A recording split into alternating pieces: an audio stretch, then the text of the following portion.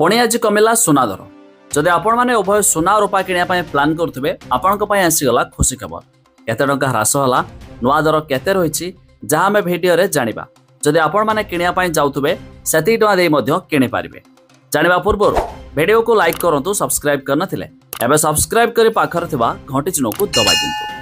तबे जानी रखुंतु आम ओडिशा मूल्य अर्थात राजधानी भुवनेश्वर में आज सुना 10 ग्राम पिछा 1800 टंका ह्रास देखा मिली।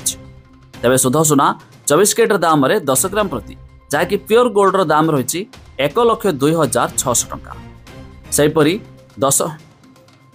22 कैरेट दाम जहाँकि 916 कैरेट दाम रही आज 92,750 टंका।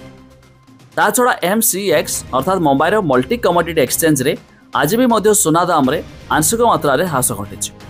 तेबे शुद्ध सुना 24 कैरेट दाम रे 10 ग्राम प्रति 1,03,200 टंका रही बेले 22 कैरेट दाम रे 10 ग्राम प्रति 92,680 टंका देखा मिली।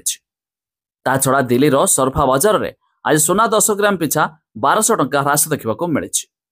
तेबे शुद्ध सुना 24 कैरेट दाम रे 10 ग्राम प्रति 1,02,900 टंका रही बेले 22 कैरेट दाम रे 10 ग्राम प्रति 92,750 टंका देखा मिली। आउ ता छड़ा रूपा 1 किलोग्राम पिछा आज 98,400 टंका पहुंच जाए। तेबे जदि आपण माने उभय सुना रूपा किणा प्लान करुवे यही टंका दे यही दर दे किणी पारे। तेबे आपण माने केउ जिल्लारू भिडियो देखुचंती ता निहाती कमेंट करी जणाइबे।